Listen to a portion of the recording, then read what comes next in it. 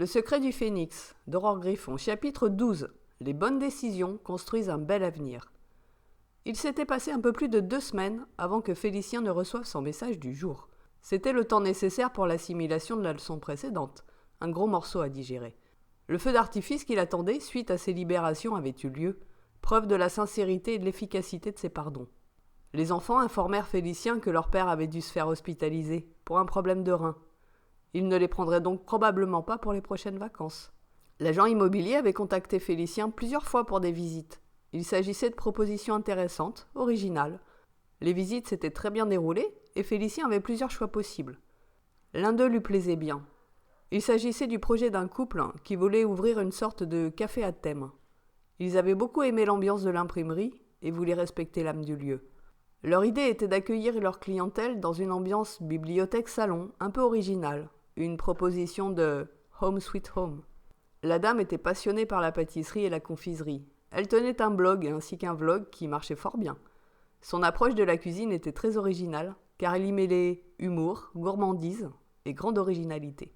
Son époux ressemblait à une sorte de lord anglais, un peu décalé. Lui adorait la littérature, la philosophie et les chats. Il voulait qu'on puisse dans son café se sentir comme dans un cottage écossais. Il y installerait une cheminée, des étagères de bibliothèque bien garnies, de différentes littératures, en plusieurs langues, des fauteuils vintage très confortables, des petites tables élégantes et des bureaux secrétaires, si l'on voulait prendre la plume. Cosy cosy. Les étudiants y trouveraient leur refuge, comme Fanny et Antoine avaient trouvé le leur. Même eux pourraient continuer à y revenir, après les cours. Le lord avait également dans l'idée de laisser vivre des chats dans ce lieu. Les bar à chats étaient dans la mouvance et cela lui avait donné l'idée de se rapprocher d'une association de protection animale afin de proposer certains candidats félins à l'adoption, grâce à son café. Félicien avait été emballé par cette idée. Il ferait de l'atelier d'arrière-boutique un jardin clos, en partie sous dôme, un jardin à l'anglaise avec plein de coins sympas, pour le plaisir des félins et des lecteurs romantiques. Madame pourrait aussi y vloguer à loisir et y prévoir de vrais ateliers de confiserie et de pâtisserie. Ce couple avait leur univers dans la tête, tout en symbiose l'un avec l'autre. Il se trouvait que leur univers plaisait beaucoup à Félicien. Financièrement, ils étaient dans les cordes, même si Félicien devrait faire un petit effort sur son prix. Pour un projet comme celui-ci, cela ne lui posait aucun problème. Le couple devrait simplement trouver un lieu d'habitation proche de leur commerce, pour les minous.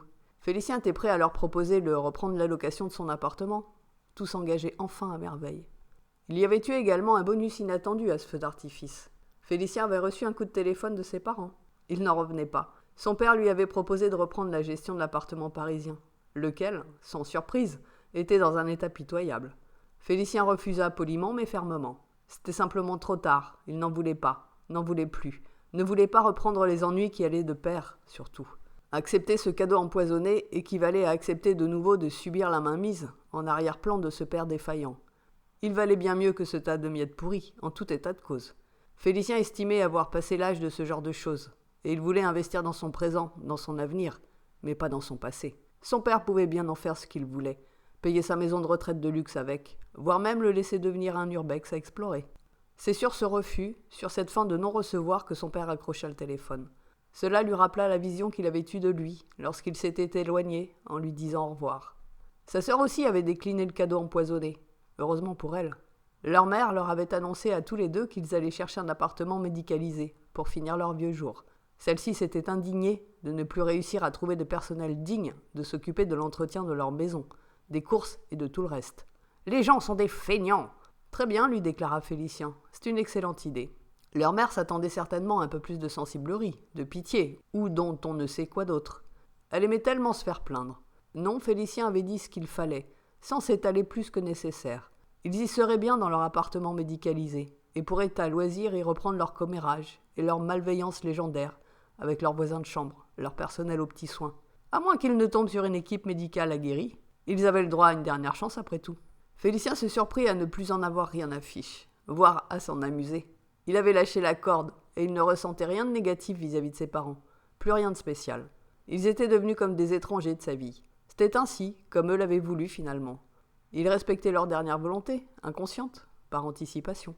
Tout garder pour eux seuls et se planquer derrière leur barricade de possession. Il se surprit à penser que, s'il les voyait encore une dernière fois, il se paierait le luxe de leur avouer l'histoire du poil à gratter dans les manteaux. Et puis finalement non. Il se garderait cette histoire pour en rire avec Clémence et les enfants. Son roman avançait bien. Il s'amusait à en écrire chaque chapitre. Il s'était complètement replongé dans l'univers de l'enfance. Ça lui faisait un bien fou de réécrire l'histoire dans le bon sens. Au travers de cette écriture, il exorcisait avec drôlerie et tendresse sa propre histoire. Enfin, la vie reprenait son cours normal, avec un grand plus qu'il n'aurait jamais encore espéré il y a de cela quelques mois. Définitivement, la résilience, ça fonctionnait du feu de Dieu.